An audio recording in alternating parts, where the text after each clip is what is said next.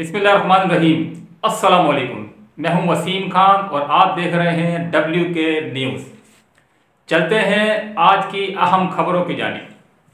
टंडो आदम से रिपोर्ट कर रहे हैं राणा मुरसलीन।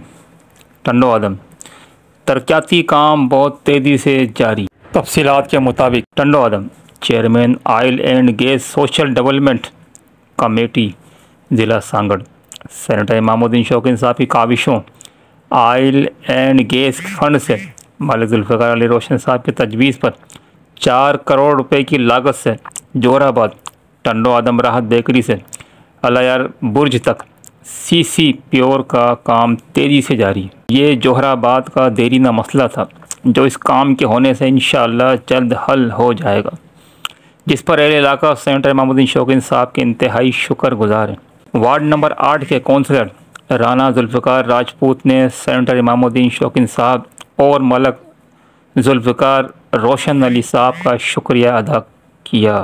ताज़ा तरीन अपडेट के लिए देखते रहिए WK न्यूज़।